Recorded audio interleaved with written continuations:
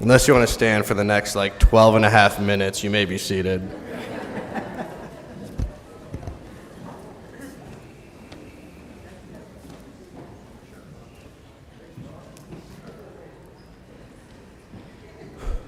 This past May, Ted Lasso ended its run as one of the most decorated television shows of recent memory. In just 3 seasons, it was nominated for 61 Emmy Awards. In 2022 alone, the show won the Emmy for Best Comedy, Best Lead Actor, Best Supporting Actor, and Best Directing of a Comedy Series. And the 2023 awards have not even been announced. The show tells the story of a quirky football coach from Kansas that gets hired to coach a down-on-its-luck British soccer team, whose owner is hoping to sink its fortunes and value out of spite for the club's former owner, her ex-husband. The lead character, Ted, displays a unique blend of charm, humor, and charisma that is contrasted by the antagonist, Rupert Mannion, the philandering ex-husband of team owner Rebecca. In an episode toward the end of the first season, Rebecca and Ted have slowly begun to click, and it seems the owner and coach relationship may work. Rebecca invites Ted to an event for team shareholders, demonstrating to the viewer he still has some shares in the club, enabling him to sit in the owner's box. The evil Rupert shows up with his new fling. Ted notices the pain this causes, and he steps in. He takes on Rupert in a game of darts, agreeing should Rupert win, he can pick the starting lineup for the final 2 games, but should Ted win, Rupert must stay clear of the owner's box. Rupert pulls out his own special box of darts from his coat pocket and eagerly agrees. The game begins, and he seems to be dominating. It is then Ted says the following: Guys have underestimated me my entire life, and for years I never understood why. It used to really bother me. Then one day, I was driving my little boy to school, and I saw a quote by Walt Whitman. It was painted on the wall, and it said, "Be curious, not judgmental." I like that. So I get back in my car, I'm driving to work, and all of a sudden it hits me. All the fellas that used to belittle me, not a single one of them was curious. You know, they thought they had everything figured out, so they judged everything and they judged everyone. And I realized they're underestimating me. Who I was had nothing to do with it. Because if they were curious, they would have asked questions. Questions like, "Have you played a lot of darts, Ted?" To which I would have answered, "Yes, sir. Every Sunday afternoon from age 10 until age 16 with my father until he passed away." Ted throws a double bullseye and wins the game. Be curious, not judgmental. I like that too.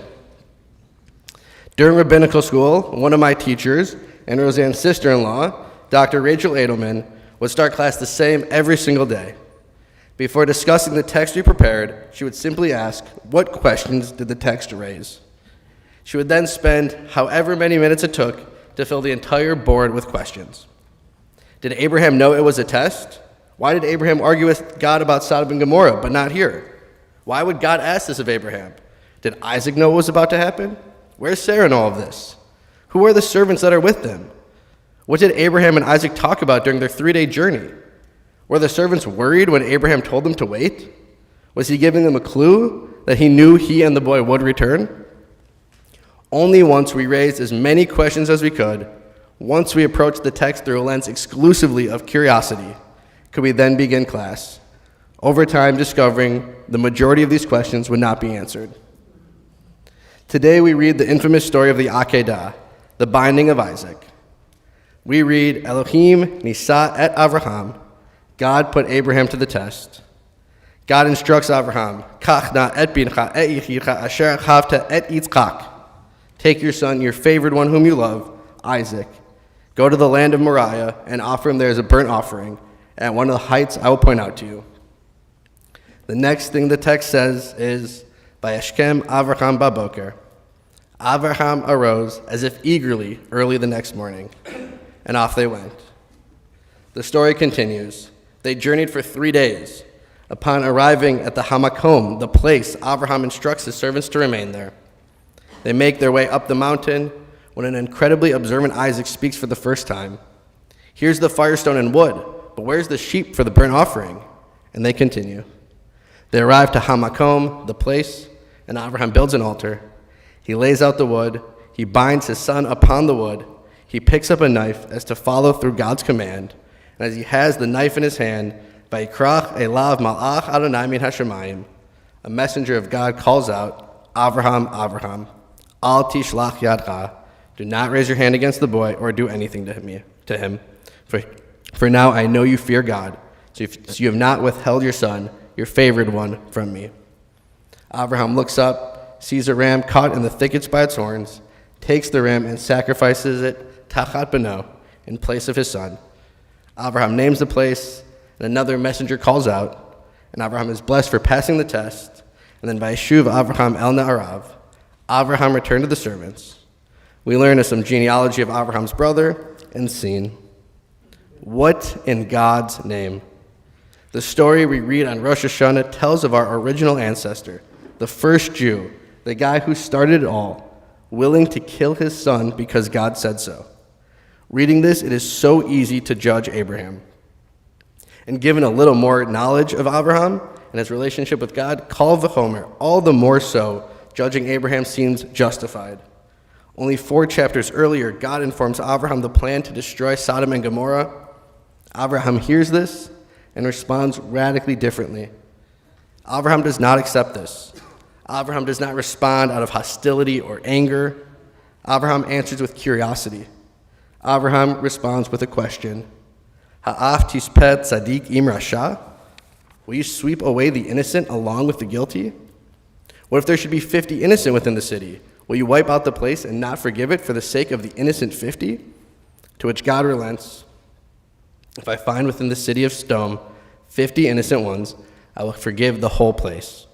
But Abraham doesn't stop there. What if there are 45 innocent people? What about 40, 30, 20? What about 10? To which God concedes, I will not destroy for the sake of 10. How can we rectify an Abraham that is willing to interrogate God about a plan to kill 50, 30, 10 innocent people, but silently capitulates when instructed to kill his own son? Perhaps we can learn from Ted Lasso and be curious rather than judgmental.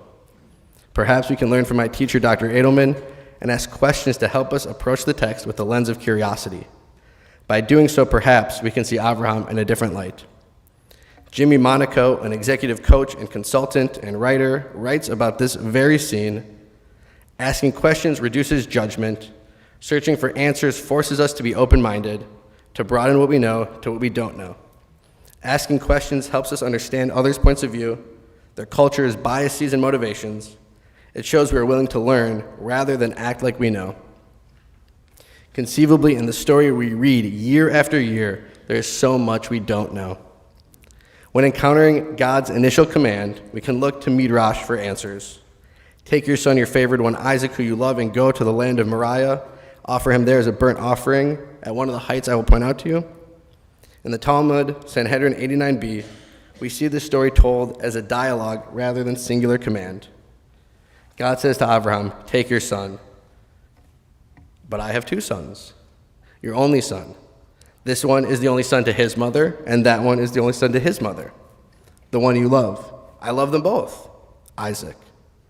In the Midrashic narrative, Abraham responds out of curiosity. God says something disturbing, and Abraham responds in an incredibly mature way. He responds with a question. God tells him to take his son, and Abraham gives God the chance to walk this back. Which son? Again, your only son. Both of my sons are the only son to their mother. Are you sure I should take my son, whom you love? I love both my sons. Is this really what you want? And God will not be deterred. God is set on this plan. Take Isaac. By being curious, by asking questions and looking at gaps in the text, perhaps we can see Abraham in a different light. Perhaps Abraham is not a murderous zealot willing to end the life of one of his beloved sons due to the command of God. Perhaps Abraham is a man of faith and a trusted relationship with God. Throughout this journey, Abraham and God have endured so much together. The relationship has been tested and grown over time. Perhaps the story is not about Abraham's willingness to sacrifice his son. Maybe it's just describing the fulfillment of 10 trials. After all, the text says it right there. God put Abraham to the test. Perhaps, as Bruce Feiler suggests in his perfectly titled book, Abraham is not being tested at all, Maybe he's the one doing the testing. Perhaps the episode is Abraham's way of testing God, specifically God's promise in the chapter we read yesterday that Abraham's offspring will be continued through Isaac. If Isaac dies, God is a liar. The offering, therefore, becomes Abraham's call to God. Instead of lech lecha, go forth, Abraham says, come here. And faced with God's moment of decision, God acts. Initially, God tests Abraham with the call, lech lecha, get up and go. Abraham does, and throughout their journey, learns that God can be trusted. As the relationship grows, Abraham encounters God doing something he finds horrendous. Abraham checks in with God and tells God, this is not who you are. Far be it for you to do such a thing, to bring death upon the innocent as well as the guilty, so that innocent and guilty fare alike. Far be it from you. Shall not the judge of all earth judge justly? Abraham seems to say, come on, God, is this really the decision you want to make? This is not who you are. And then the question, is this the just way you want to judge? Perhaps it is after all of this that when Abraham receives the command, Kach na et bincha, take your son, Abraham knows how it will end. If we look back in the narrative, the curious reading highlights some gaps I elided. When they arrive at the foot of the mountain, Abraham instructs the servants to stay there, while the boy and I will go up, we will worship, and we will return to you. Abraham says it right there, we will return. As Abraham and Yitzchak ascend up the mountain, Yitzchak calls out, Dad. And Abraham responds, I'm here, my son. Yitzchak says, where is the sheep? And Abraham responds, Elohim your Elo, God will see to it. Maybe he's just pacifying an anxious child, or perhaps Abraham correctly knows, God will see to it. And as Abraham holds up the knife above Yitzchak, just like he was called before, he is called again, Abraham, Abraham, to which he responds, here I am. Perhaps we read the story of the Akedah on Rosh Hashanah not to encourage us to have faith in a God that is willing to destroy communities and have fathers sacrifice their sons. Perhaps we read it to encourage us to open our minds and our hearts to curiosity. The Akedah makes us stop in our tracks. It is heavy. It is intense. It is horrible. When encountering something challenging like this, or hearing an untoward comment from a colleague or a friend, or when we just don't see eye to eye with someone, we have a variety of options of how to respond. Perhaps through curiosity, by stopping and asking questions, we can understand the intent differently. The speaker of the untoward comment can reassess what they said, or as Rabbi Tamar taught us yesterday, an opponent in an argument can become a chavruta instead of a bar plukta, a partner instead of an adversary. By stopping, slowing down, and responding inquisitively, we can uncover so much we didn't know before. Like Ted Lasso taught, be curious, not judgmental. Throughout our liturgy, we see time and time again God as the God of judgment, La'el Orech Din. In the imagination of these prayers, God is not curious. God is not asking. God is looking at us and determining what our actions meant. While we all know we are created in the image of God, in this year 5784, as we continue our transition into what I learned some are calling Beth Jacob 2.0, may we think of ourselves created instead in the image of Abraham I speak of today. The Abraham that responds out of curiosity, the Abraham that reminds God who God is and what God stands for, the Abraham that teaches us that by being curious, by asking and probing, by embracing the growth mindset, may we come to learn that sometimes things aren't always just what they seem. In 5784, may we be curious, not judgmental. I would like that. Shana Tova.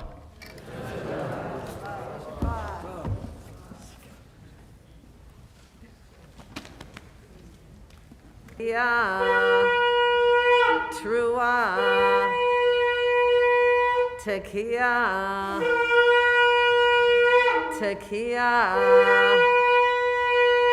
Trua, Tekiah Gdolah.